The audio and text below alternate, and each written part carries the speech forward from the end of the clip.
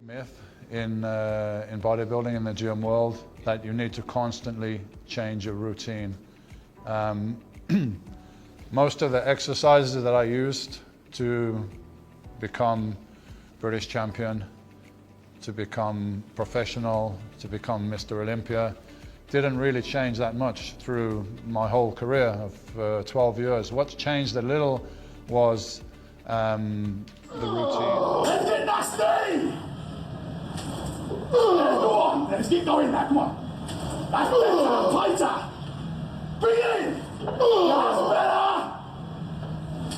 Oh yes, come on. That's it. Let's go again. Bring it in. Exercises don't need to be changed that much unless there's a reason this exercise is not working for you anymore. You have an injury and it's something you need to avoid. Yeah, that's it then. Yeah, that's it, now go high. Put it in. Tight now, come on. Let's see it. Bring it in. Yes, again like that. Squeeze it in. That's you. Starting with pullovers, followed with some pull downs, and maybe 2 rowing exercises, which may have changed from time to time, but generally it was heavy barbell rows or dumbbell rows and cable rows. So that was my back routine. Let's see it! No mercy, man! No prisoners! Let's see that form again! Good! Everyone with it now! Tight master, let's see it. Brilliant! Ooh, let's go now! That's it! Good! Good! Again! Yeah! I found that if you're training HIT, which I recommend is the most effective way to train, you can probably train like that where you're pushing and you're trying to achieve more each and every workout for maybe 6 weeks, maybe 8 weeks, absolutely maximum. And then I recommend going to a lighter training routine for 2 weeks or 3 weeks, kind of an active recovery. So that's how I would change the routines. And just taking note, if you need more recovery time, maybe train a little bit less frequently. But the actual exercises that work are the exercises that work. That's one this time! That's it! Oh, that's better. Now keep that high. Yes! Now, come on. Fight everyone! That's it! Let's go! Pull it in, guys! That's you! Let's go again! Let's go again! Oh, one more! One more! For the mass!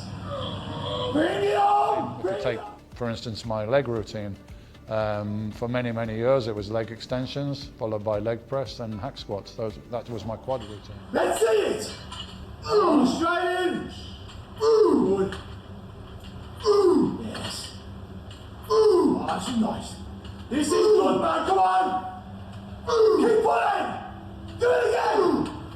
Yes. Good. That's the one.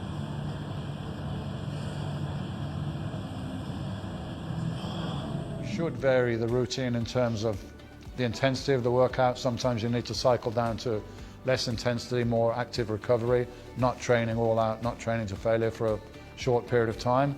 Or sometimes also taking a whole week off from training is great for general recovery. But no need to change the exercises or all the other exercises constantly, all the time. That's a big, big myth and a mistake that people make.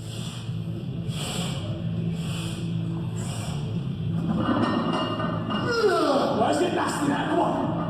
Good! That's the way! Pull! See it? One more there! Yes! Oh yes. Good sit. Right then. Your bar.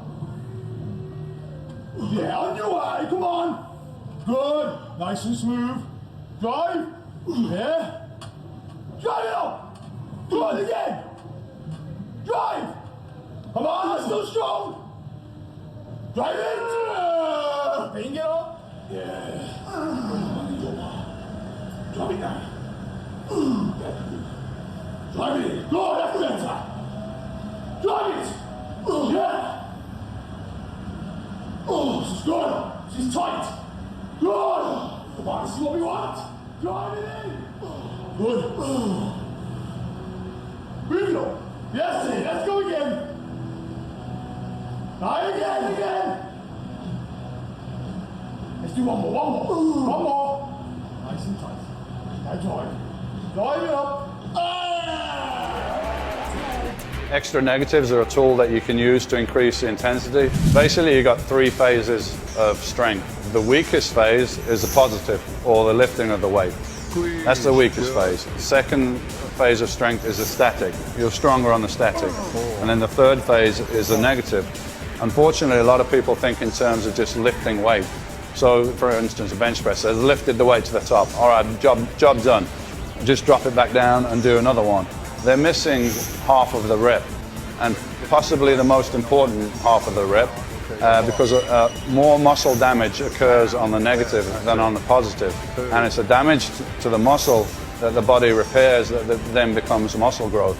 So you're missing the most important part of the rep if you don't emphasize that negative part.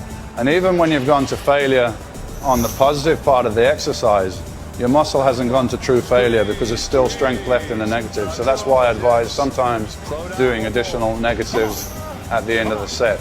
If you've got a training partner, if you're on a machine and it's safe, for instance, you're doing bench press on a machine, you reach failure, you do a couple of forced reps, your positive strength is depleted, you failed, but you've still got something left in the negative. So you can get somebody to raise their weight to the top and lower it slowly down for a couple of reps until you can't control it. That way, you've depleted every area of the rep.